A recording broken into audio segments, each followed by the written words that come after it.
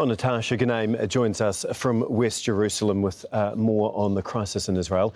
Now, the two leaders, Netanyahu and Biden, are clearly at odds over this. What sort of pressure does that actually put on Netanyahu now?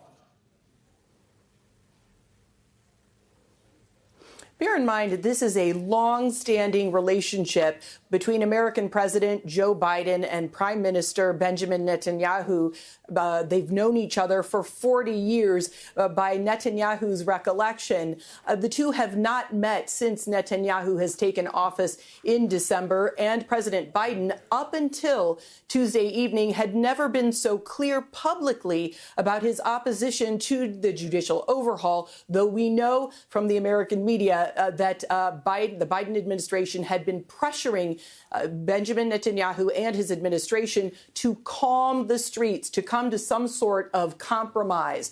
Netanyahu is saying that he appreciates the long-standing alliance between the two countries. He says it's unbreakable and that they've always been able to overcome the rare occasions in the past. But he is saying Israel is a sovereign country. It makes its decision by the will of the people and not from pressure from abroad. Netanyahu is sticking to his belief that there is a need for judicial overhaul. He's saying that this administration is committed to strengthening democracy by restoring the proper balance between the three branches of government, and we're striving to achieve that via consensus. Now, if you speak to the opposition, they do not believe, even to this moment, that the governing coalition is sincere about compromise. We only got to this point on Sunday evening when Netanyahu fired his defense minister, Yoav Gallant, and that escalated the situation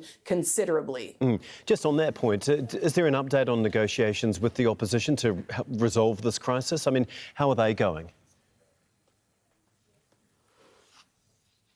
Well, right now at the Israeli president's home here in Jerusalem, he is meeting with members of the opposition party, specifically members representing Arab political parties. On Tuesday evening, for the first time since this political crisis began about 3 months ago, negotiating teams did meet. They met for about an hour. There were members of the governing coalition and members of the opposition.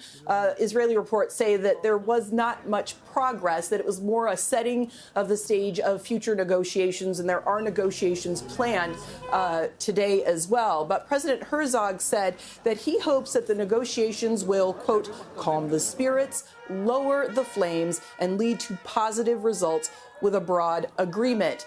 There is still a lot of anger and suspicion, and there will be more protests, not only among the opposition, but supporters are also expressing their intent to go to the streets, both sides very entrenched in their desire to each push their side. I will say that we still don't know what's going on with the defense minister post.